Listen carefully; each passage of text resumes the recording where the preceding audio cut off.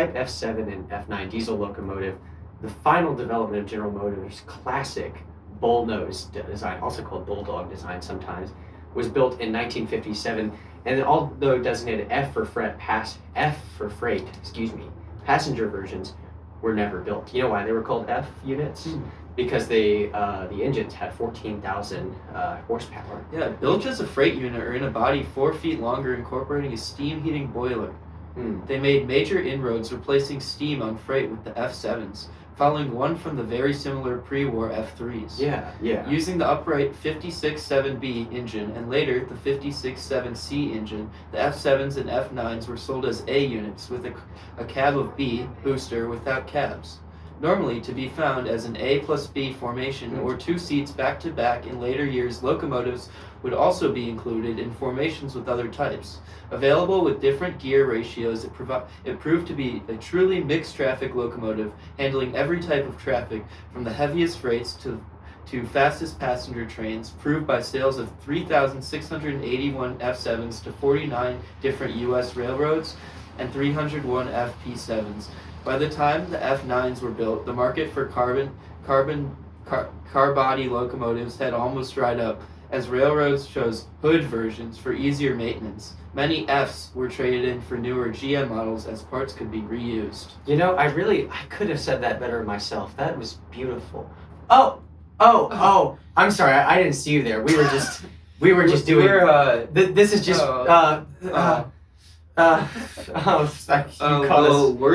We're two cobras in togas. We're two cobras in togas. We're just. Or two dope boys on a porch. Podcast. Podcast. We're doing a podcast. Podcast. Yes. All right. Yeah, we're back. All right, and we're live. We're live from all 4 corners of the globe. Yeah. Because it's a square. Is that wait? Yeah, that's what we believe. Yeah. Wait, isn't that a saying though? 4 corners of the globe. Yeah. What do they mean by that? Yeah. Wait, I never realized that. Why? What were they talking? We're talking about Florida, Alaska, Maine, and California. Yeah. Or that little peninsula. That's the whole globe. What's the peninsula like? To the left of Mexico. Yeah. Wait. It's not the Gulf of Mexico anymore. We changed it. Oh right. Yeah. No, peninsula to the left of that, because you got the Gulf of Mexico. Anyways. I don't know. That's beyond me. What's up? We're 2 dope boys on a porch. Yeah. We do a little thing here. I put it on the bottom again. Oh, jeez. We'll see how it looks. Oh, jeez. Let's see. Hold on. Let me just make sure it looks somewhat good. Yeah. And so we can keep rolling with it. Technical difficulty screen.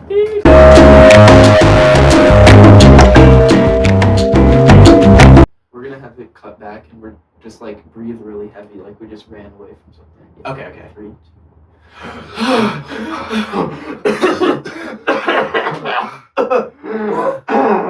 And we're back.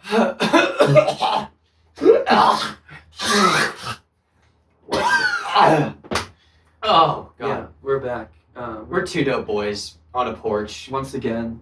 Two winded boys on a porch. And we're here to talk about music. Yeah, we love talking about music. What we do is every week we listen to a new release album, and we just kind of talk through how we feel about it, how it makes our loins feel, and then we take an old release. My loins feel so good. And then we listen to an older release album. We pick a random genre for Rate Your Music's wide selection of genres, and then we just kind of talk about it. We also let it sift through our loins. Yeah, and let it marinate. Yeah. I think we used that bit before. We did a whole roast chicken bit one time. Yeah.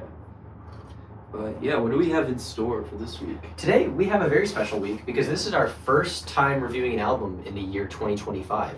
Yeah, the year is young. We are young, I guess. The night is young. The night is like young. That one Yuragi song. That's really good.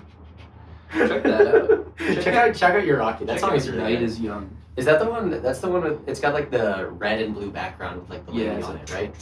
Yeah, that song's cool.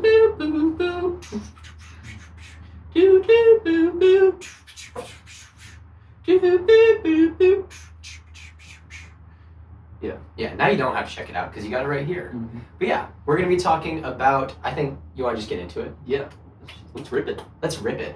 Our first album of the week is going to be the new Ethel Cain release, Perverts, released this year in 2025. If you don't know who Ethel Cain is, Ethel Cain has been a rising pop star ever since her 2022 Preacher's Daughter, released in 2022. With the hit song American Teenager. The hit song American Teenager that we have both previously professed our love for on the program. Great track, great album, really good stuff, very Lana Del Rey-esque. She's really carved out a niche, writing these ballads that are very evocative of the American South, taking from a lot of American Gothic tropes. She has cited, I believe, Flannery O'Connor as an influence, stuff like that. She's from Tallahassee, Florida, and she was raised in the Southern Baptist Church. And she has left the church, and I don't know the specifics of her faith. That's not for me to say.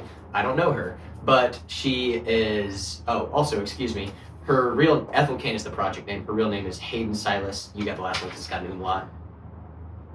Hayden Silas Anadernia. Yeah. But she has been making fantastic music, very evocative of the American South. And this is her new release in 2025 called Perverts. It's an hour and 30 minutes long approximately. And it is drastically different from her other work as she takes on a more ambient approach to her music. A lot of the tracks are more like 7 to 15 minutes long, where her stuff has always kind of run long and been very dramatic, but this is a very different kind of sonic shift for her as she leans full into like this very dark ambient sound. Yeah. And yeah, Aiden, what did you think of this record? I thought it was pretty good. It's definitely a departure from her previous work, and I think it definitely is pushing her in an interesting new direction. I didn't quite think it was quite fully fleshed out yet, and I think that's the but there are the tracks that she really, I think, catches her stride are really interesting tracks. Yeah. She kind of combines that Lana Del Rey style ballad with the dark ambient production, and I think that's where the album really hits. Yeah. Yeah. Yeah. Do you have any thoughts on it? Yeah. I also wanted to add that she cited Grouper as one of her big influences, which you can definitely hear a lot more on this project. And you could hear on some interlude tracks on Preacher's Daughter. And yeah, I think it's also a fantastic record. I really liked the way this project came together. And for me, as somebody who's just recently gotten into Ethel Cain, I'm not as big on the Lana Del Rey style ballads. And so there was a lot of Preacher's Daughter that I was impressed by, but not very personally attached to outside of American Teenager. And this project feels a lot more up my alley personally of what I enjoy. I really like the dark ambient stuff. I think this project is sick and really cool in a lot of ways. And I really, really, really like the sonic direction as it relates to her kind of more thematic elements of the South and the church. And I think perversion is a great theme with which to take this album, and I think it hits really well in this style. Yeah, I think it's like for her discovering her identity as a musician. I think she's kind of figuring that out, and you can hear that in this album. She's not just making more pop songs. She's doing something unique, and I think that's really interesting. I think production-wise, I think once she leans more into this style of production, the textures and the sound palette that she pulls from will get more and more like eclectic and just more lush and dense. And I think it will, if she continues with this sound, I think she has a long way to go. Not in a bad way, but she has a lot of room to grow on this. Yeah. Because I found this it was like super innovative and super interesting. Not quite fully realized yet. What part of it do you think was not as fully realized as you would have hoped? I think the first track was a standout for me, or for that kind of idea. Where had a very nice texture. But the texture, I think there's some of the nuances that you want to look for in an ambient, especially a very droney ambient record, weren't quite there. And I was looking for a bit more nuance in the palette. And that sounds very like heady, but I don't know. I think that my main the main thing holding me back from really loving this album was just it lack of interest. It felt like a drag at some points. Okay. I think. Yeah. I kind of agree with you in a lot of ways. Like, there were definitely points where I thought it dragged and thought the sonic palette could have been more developed, whatever that means. But I will say, I do think it found its stride, especially in the second and third track, and had some really, really beautiful, like, drones and beautiful soundscapes. And overall, even though there were points that I didn't think it was the most fleshed out, I thought for an hour and 30-minute record, it flowed really nicely. Yeah. And it was a really easy world to get lost inside. Yeah. Structurally and conceptually, I think it was sound. Like, it was great. And the vocal production is really good. Yeah, she's a fantastic singer. She's a great singer, and, like, the lo-fi... Sounds great. Like, very high-endy reverb. Yeah. Vocal style is really cool. Well, she went away from the more Lana Del Rey, like, Elliott Smith double track kind of sound. Yeah, and she still has that vocal tone. Yeah. She just mixes it in a different way on this album. Yeah, it sounds a lot more like Grouper on this one. And I think it's more interesting than that.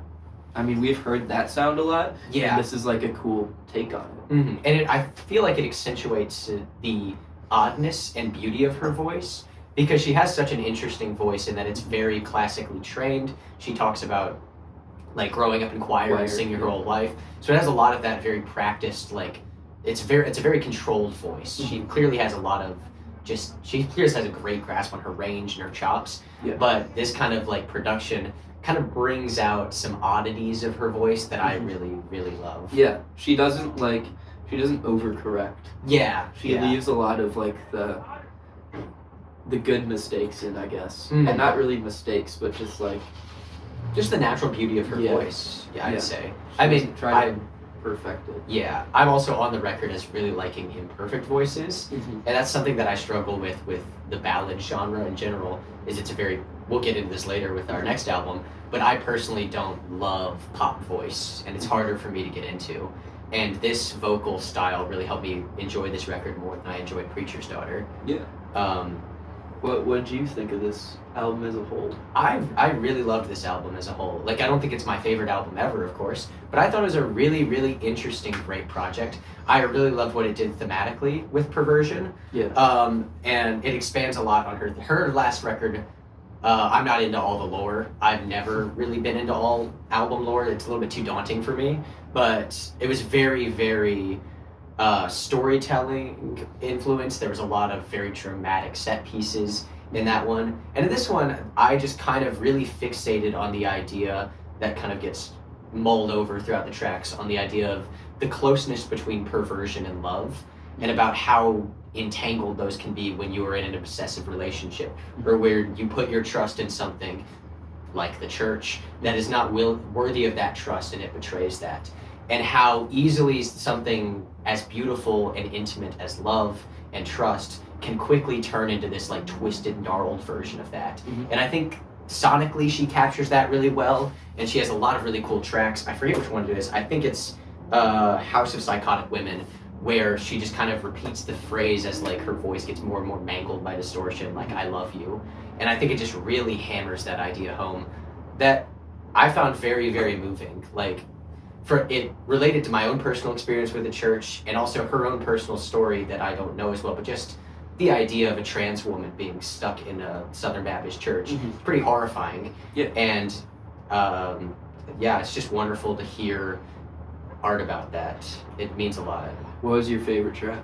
I gotta say, I just really loved the way Punish, the second track, floats in the House of Psychotic Women. Both really beautiful ambient tracks, and both the way they're just beautiful. That's when the record found its stride for me, after kind of a good but kind of lulling first track.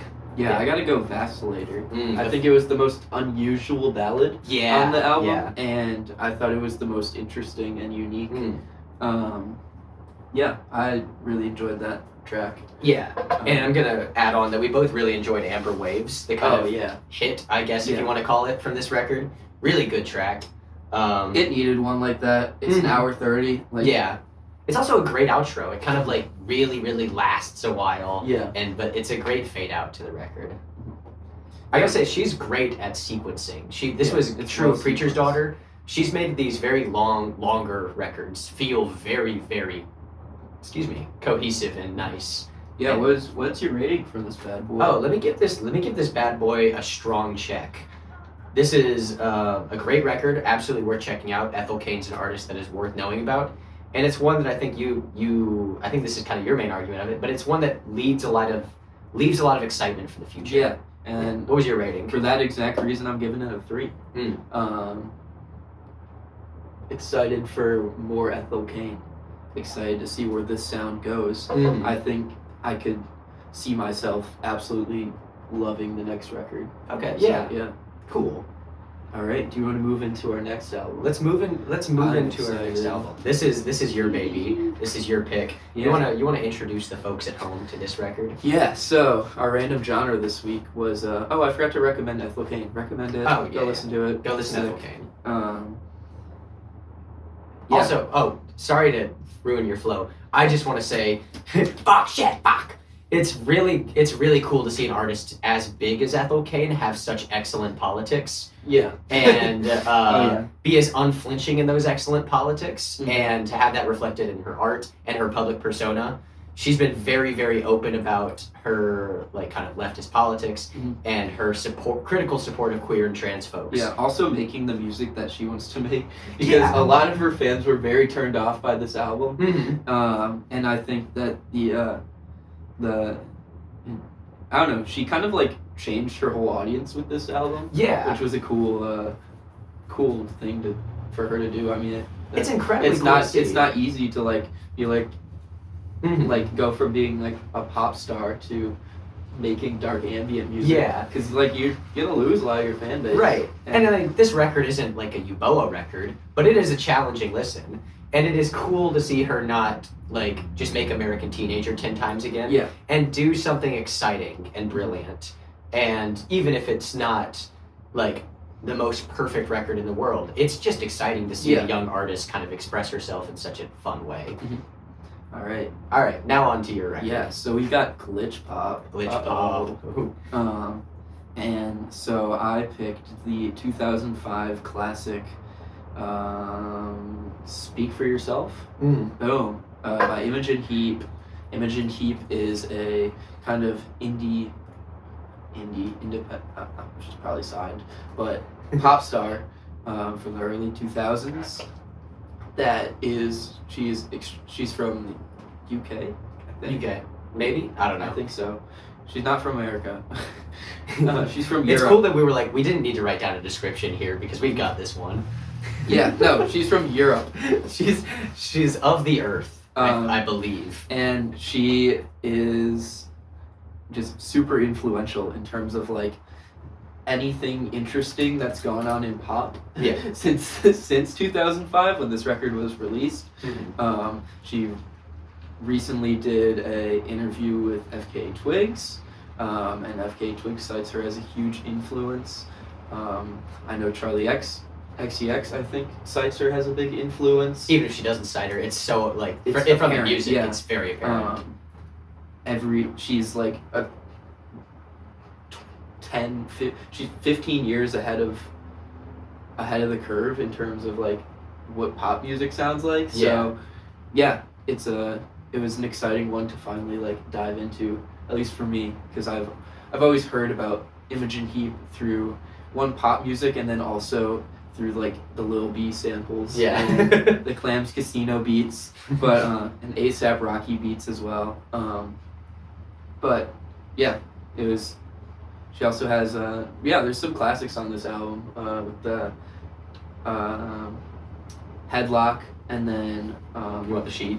Headlock Cheat sheet. and What was it? Was it Clear the Air? Hide and Seek. Hide and Seek. Hide and Seek are the two big ones. Hide and Seek was a big hit, I think, on Vine. The comments can cite my sources. I know Mhm. the chorus is pretty iconic. You can and- check the bibliography in the description. We'll cite our sources on And Jay's then story. and then Headlock recently kind of having a second wind, which is cool to see. It just broke into the top 100. That's sick. It's her first song to chart after Hey. 20 years. So really cool to see her having some success there. Yeah. But yeah. With all that preamble, What did you think of the record? I love it. Yeah. It's so good. If it wasn't apparent. Yeah. It's really fun to listen to. I've been listening to it a lot recently. It's like, it's one of those that I'm like, why didn't I listen to this earlier? Yeah. All these songs are so fun. Mhm. The production is incredible. She played almost every instrument. She produced, mixed, mastered, did pretty much everything for this album, which is pretty incredible. She's kind of undeniably talented. Yeah. Yeah. And the fact that it came out in 2005, like, as soon as you listen to this thing, you'll go, oh my gosh, I can't believe this came out in 2005. Yeah. It sounds so modern. Like, it could have come out yesterday. Yeah. It's still been just groundbreaking. Yeah. I don't have much to say about it. I don't think there's really a bad song on this album. I know you have. We should talk about the acapella song. Oh yeah. You talk about it, because I think my opinions on this album are very uninteresting. I think I want you to give your opinions though. It's just I think it's a great record. This is just not my genre, and I think I don't have any interesting critique beyond it's just not really what I normally go for, and I'm really glad I got to listen to it because it pushed me outside of my comfort zone and I found some cool songs. Yeah. But I don't think that's a very inherently interesting thing to talk. I'm not gonna trash a record that is very clearly not for me. And also I don't have anything really all that negative to say other than like I don't like pop vocals sometimes. Yeah. It's a really immaculately produced record. Yeah. And if you're into glitch pop, you should absolutely go listen to it because it's essential. Yeah. I mean, if you're not into it. If you're not into glitch pop, don't listen to glitch pop. Yeah. Or listen to it and expand your worldview. Yeah. But yeah. I think it's the only Hide and Seek is the only a cappella song that I'll ever listen to consistently. And it's not like truly a cappella. Well, I guess it is. A cappella is just only vocal, but it uses a harmony generator and has this really cool harmony effect on her voice. Yeah. Now you were explaining this to me beforehand. This feels like an NFL analysis thing. You were explaining this to me. So can you break this down for me? Can you go to the film? Yeah. Break me through a harmony. Harmony. Yeah. So harmony Corinne. Much like a vocoder. The harmony generator modifies the voice.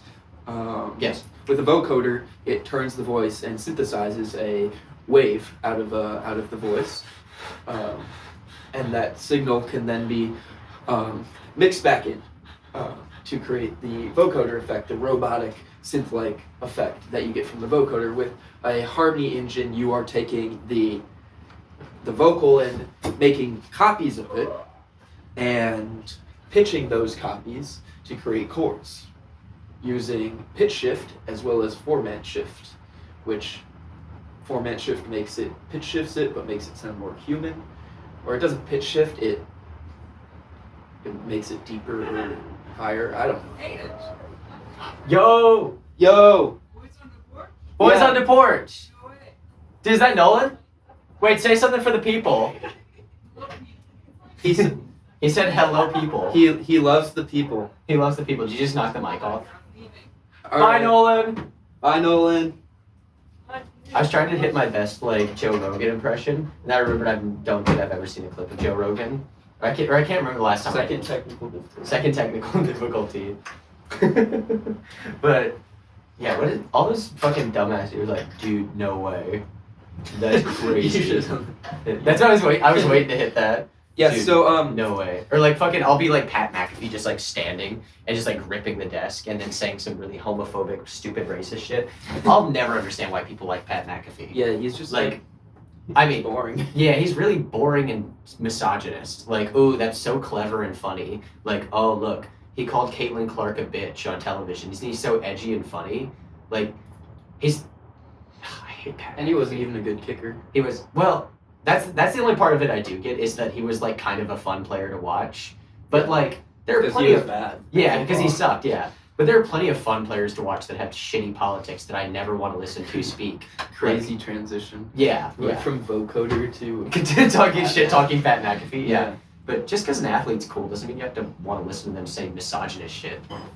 Fuck that guy. But yeah, vocoders. Yeah. Imogen Heap. Yeah. Well, it's actually a harmony engine. Oh, sorry. Yeah. So what does a harmony engine do? So a harmony engine Much like a vocoder, the vocoder takes the... Can you get a lot closer to the mic, actually? The vocoder takes the... We're going to cut and then we're going to do... The vocoder takes the... Oh, Jesus. This is... The vocoder takes the... Dave, you got it tucked in there like an SMG. I wonder if I can get the sample for "Oh no, what a disaster, what a bad idea" put in there. Oh shit. Oh shit. You tell it to him, people. Whoa, hey! You can't fucking say that? What the fuck? What the fuck? Oh my goodness. That's embarrassing. That's like, oh. You can, like, the Vietnamese are a lovely people, and you cannot be saying that about them. That's fucking embarrassing. That's heinous. Don't watch our show if you're gonna say shit like that. Yeah, come on. Come on. That's You actually, know better. Why didn't we think of that before? That's a good idea. That's a really good idea. By the way, I'm leaving all of this in. This is great. Is it gonna stick, you think? Nope. Nope. Oh shit. God. Stupid. I'm holding it for the rest of the episode. Okay. All right.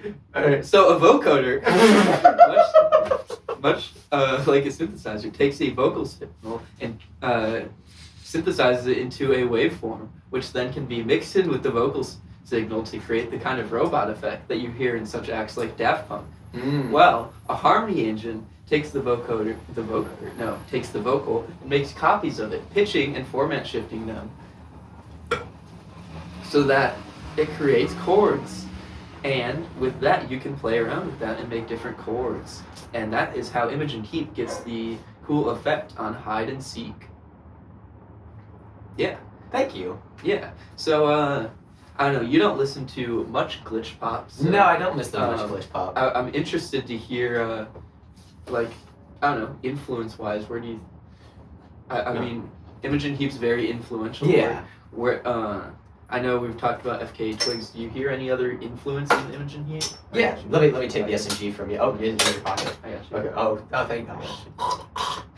I got you. This audio is gonna be so fucked. I got you. I hear a lot of influence in a lot of the music you've shown me, especially specifically like hyperpop, and you get into like Sophie's really excellent work on her 2017 record. What is that one? Oil of Every Pearls and on Inside, something like that.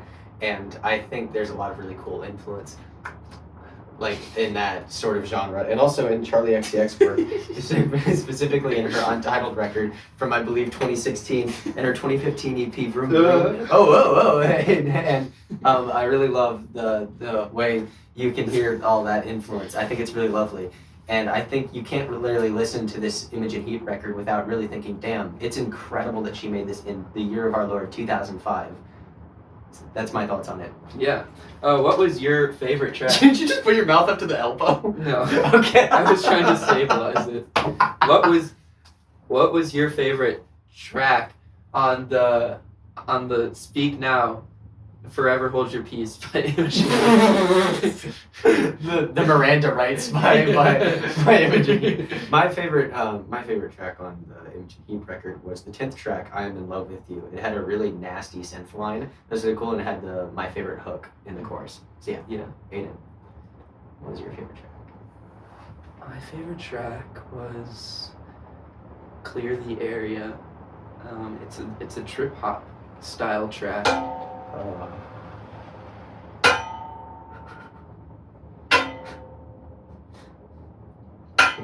I think the bell's tolling for someone. Whoa, what is that?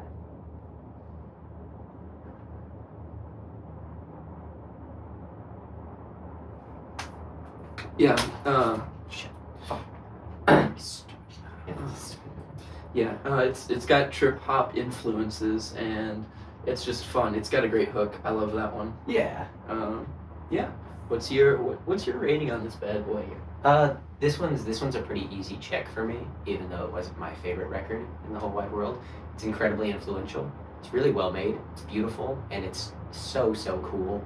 And even if it's not your favorite genre in the whole world, like for me, I'd highly recommend it because it's a piece of history and it's cool. Aiden. Yeah, it's a 4.5. It was really good.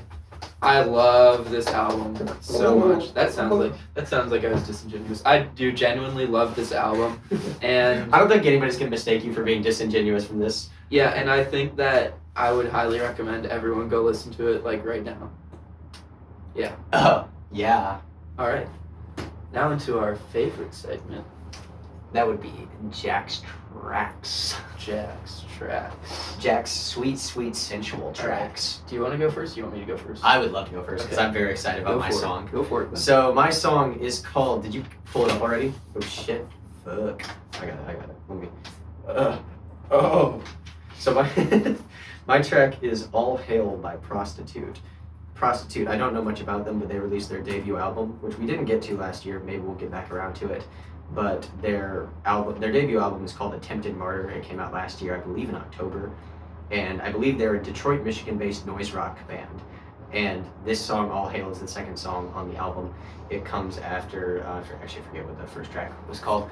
But it's a really, really, really sick project. I really like Prostitute. I wish I knew more about them. They incorporate all sorts of really cool instrumentation to a very traditional noise rock setting. And their lead singer is visceral. He's super cool.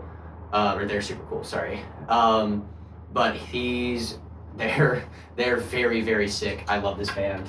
And yeah, we're gonna check them out. This is gonna sound so interesting in post. You would hit play? Yeah.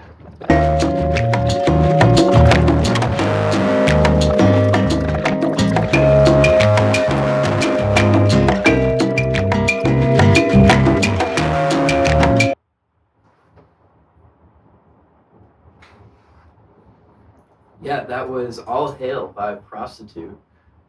That's really cool. That's really cool. It's okay. so You know what sick. it weirdly reminded me of? What? Death Grips. Yeah. Okay. Maybe that's just because cool. the I know. Yeah.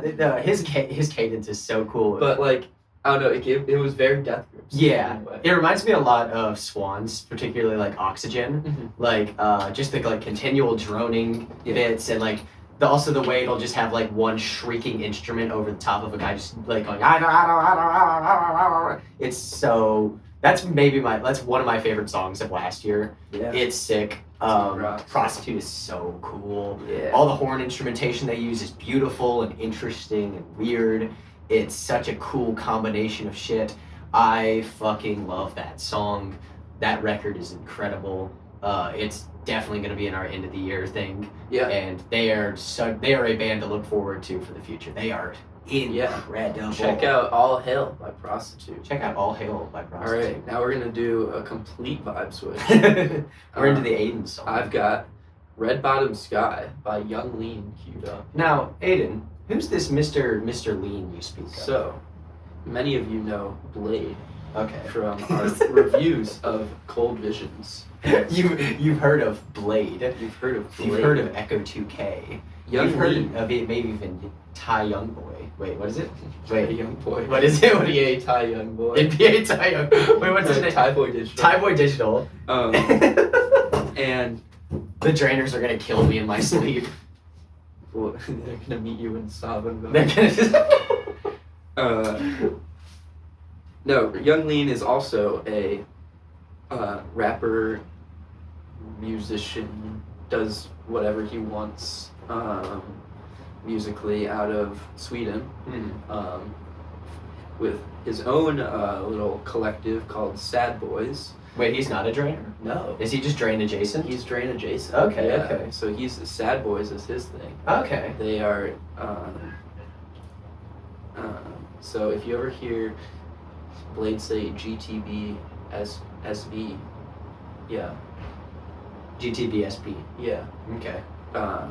or no, That means to kill your masters. yes, Okay. no, I don't know. They work together. I need to touch up on the lore, Yeah, but you're I do have the lore on this song. Okay. So Young Lean historically, well, on his tour in, I believe, Miami, had a very serious psychotic episode, Okay. and went to a mental hospital for 3 years, couple years. Damn. He released this after he got out, Hmm.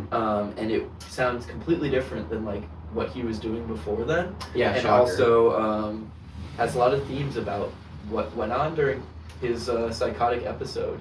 Okay. Yeah. So we're in for an intense one. It's intense thematically, but the song itself is very beautiful. Okay, cool. So, I'm hype. Yeah.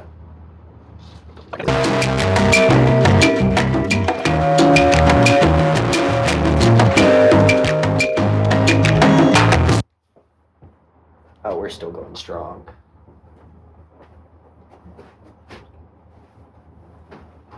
Boom. Boom. That was Red Bottom Sky by Young Lean.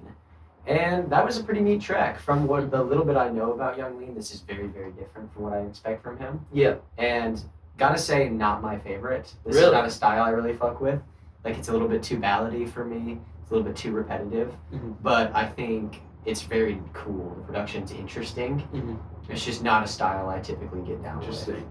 Yeah. Yeah. Charlie XCX loves this song. You know what? I can see that. I It's love this song. I can get lost in this song. Mm-hmm. There is a really good documentary about Young Lean and his whole thing on YouTube. Actually, you can watch it for free. And this song is, I feel like this song has a lot more meaning after I watched that Okay, cool. and like yeah. understood the song and all the little references he makes in it. Yeah. To like different moments of his psychotic episode. Like he mentions the glass, broken glass in my hands, which was like he like broke a mirror, I think, and had like blood all over his hands. Cool. Well, not cool, but The shooters on the roof part is like referring to he thought there were like shooters on the roof trying to come kill him, yeah. and he was like paranoid about that. The sledgehammer part, I think he threw a sledgehammer through something. Like that one Apple commercial. Yeah. Yeah, they stole his whole flow. They stole Young Lean's flow. Fuck you, Steve Jobs. That's the one bad thing you did. This whole, if you're really into like the Sad Boys Drain Gang lore, this is just like that bad boy's packed with it. Quintessential Sad Boys. Yeah. I gotta say, I love the one line that was like, "Cut off my fingers to touch your smile." Yeah, I knew that you shit's, would. Yeah, that shit's up my alley. That's cool. In typical like Drain Gang, Sad Boys fashion, all the lyrics are kind of just like a jumble of weird metaphors that like you kind of just have to interpret for yourself. Yeah, which I always love. I love just like nice surrealist imagery like that. Like especially with songs, I don't like to do a lot of interpreting. Like I kind of reserve that more for movies and books. Like songs, I kind of just like to feel it a lot more. And I feel like I enjoy more impressionistic songwriting when it comes to that. Yeah. And he does the thing that I really like about Echo 2K's writing, where it's like just kind of randomly weird body horror imagery. Yeah. Which is cool. They kind of all do that. I feel like Echo 2K does it the best. Yeah. Because like especially on Peroxide, it's like very very poppy and fun, but it's like also kind of grisly and weird. That one's really cool. But this is sick. Like Boom. Yeah. Red Bottom Sky. Go check it out. Go check it out if you haven't already. All right, what are we up to? What are we feeling? What's on your heart, brother? I don't know. 2025. There's music. We get a whole year of whole new music. New music just dropped. Yeah. Yeah. There's so many exciting releases to look forward to. I know. We were talking about that earlier. Yeah. Viagra Boys is dropping an album now. I don't know if you've seen that. Yeah, and BCNR. BCNR. Yeah, they got a single coming out soon. One of my favorite smaller bands, Rug, who we did on the podcast, like the first episode. They're releasing their first album later this. Random new Echo 2K song. Random new Echo 2K song. There's so much exciting stuff to look forward to in the music world. Yeah. The Body's dropping an album. That's gonna be fucking sick. Yeah. Other than that, I've got nothing. I watched a movie called In the Mood for Love a couple nights ago. That shit's sick. You should watch that. Damn. It's directed by famous Chinese director Wong Kar-wai. Oh yeah. Watch Duel by Steven Spielberg. There's a scary truck. There's the truck's so the truck's scary, so dude. scary. It's so scary. No, watch In the Mood for Love. It's a way better movie. No, watch Scary Truck movie. No, In the Mood for Love. Scary Truck. Scary Truck. All the girlies want Scary Truck. Is that right? They said. Yep, they said yes. They said it. The crowd was actually roaring for Scary Truck. All I heard was, "We want Wong Kar-wai. We want really beautiful cinematography and longing that'll never be fulfilled." So if you want all those things, the movie is called Duel. It's by Steven Spielberg.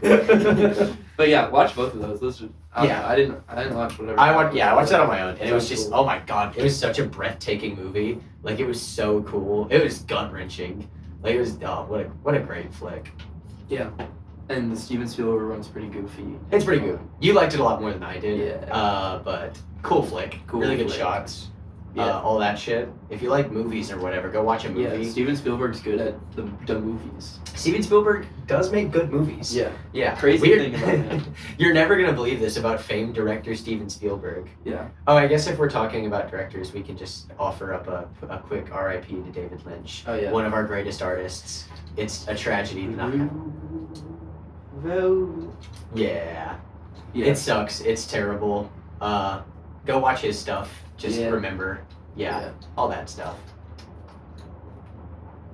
Boom mic. Oh shit. Hey. What are you doing there? What are you doing? Hey, silly. That's not where you're supposed to be. What's that? Are you doing the Eric Andre bit? Yeah. Get out of the shot. Get out of the shot. Fucking idiot. Alright. We're two dope boys. On a porch. Next week, we will be doing the new Mac Miller record. And Balloonerism. we'll be doing the new Sunrot EP, Passages. Because we picked way too long of a long album. Because we got Dark Ambient. And the album we picked was Daughters of Darkness by Natural Snow Bridges. 7.5 hours. Which is 7.5 hours long. So we're going to take 2 weeks to finish that one so we can really let it sit with us. But yeah, next week, Mac Miller, Sunrot. Be there or be square. You don't want to be square. Ew. You don't want to be a fucking loser, do you? Yeah, You we're want to be two dope boys. on a fucking dope porch, bitch. Signing off. Yeah.